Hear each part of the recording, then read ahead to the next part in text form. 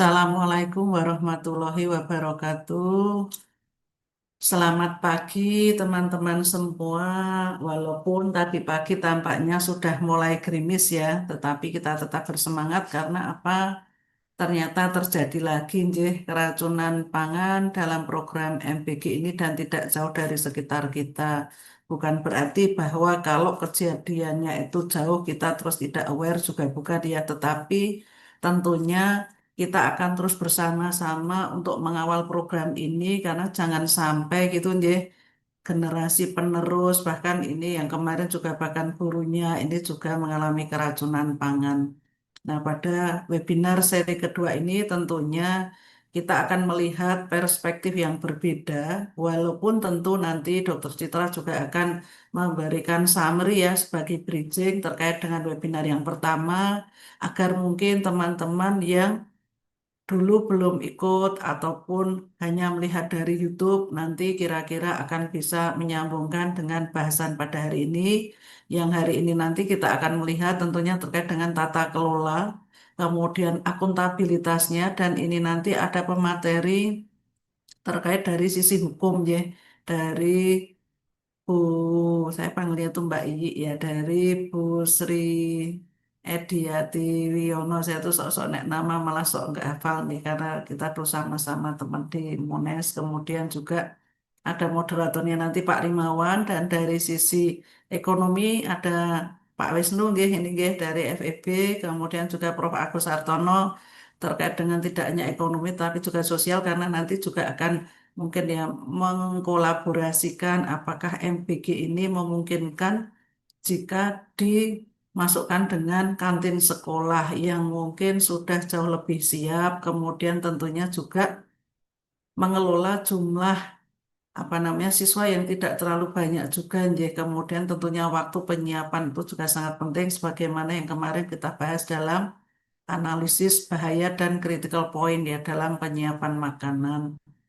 Kemudian juga tentunya ini hasil kerjasama antara Pusat Kedokteran Tropis, kemudian juga Departemen Biostatistik, Epidemiologi, serta Population Health.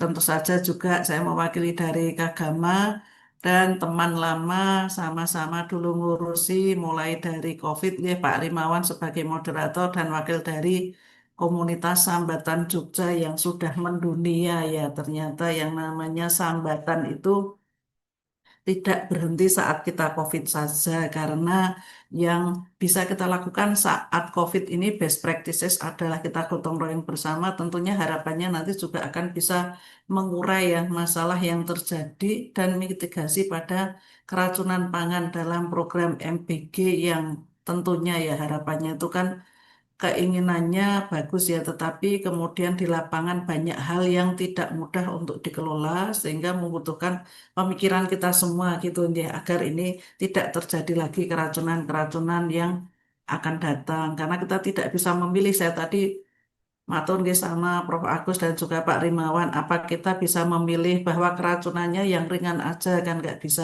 gitu ya.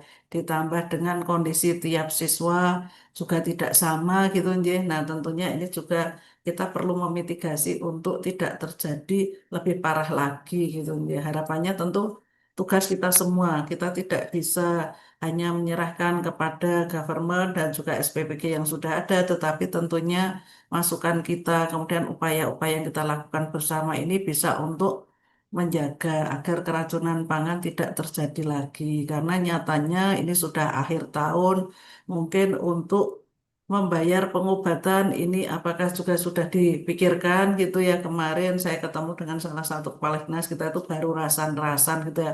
Moga-moga tidak terjadi lagi karena uangnya mungkin sudah habis gitu ya, sudah mau akhir tahun, ada Hmm. efisiensi, tetapi kemudian harus juga mengelola kalau ada kasus keracunan, karena kan juga tidak mungkin gratis gitu ya. Ya walaupun mungkin nanti harus membayar ya, kalau kami di RSASI siap ya untuk membantu kalau misalnya dengan yang minimalis cuma dibayar obat atau apapun gitu ya, ya nanti kita akan bersama-sama. Artinya bahwa ini tugas kita semua untuk menjaga, mungkin berasal dari Jogja ini nanti bisa diaplikasikan di berbagai tempat yang ada di Indonesia.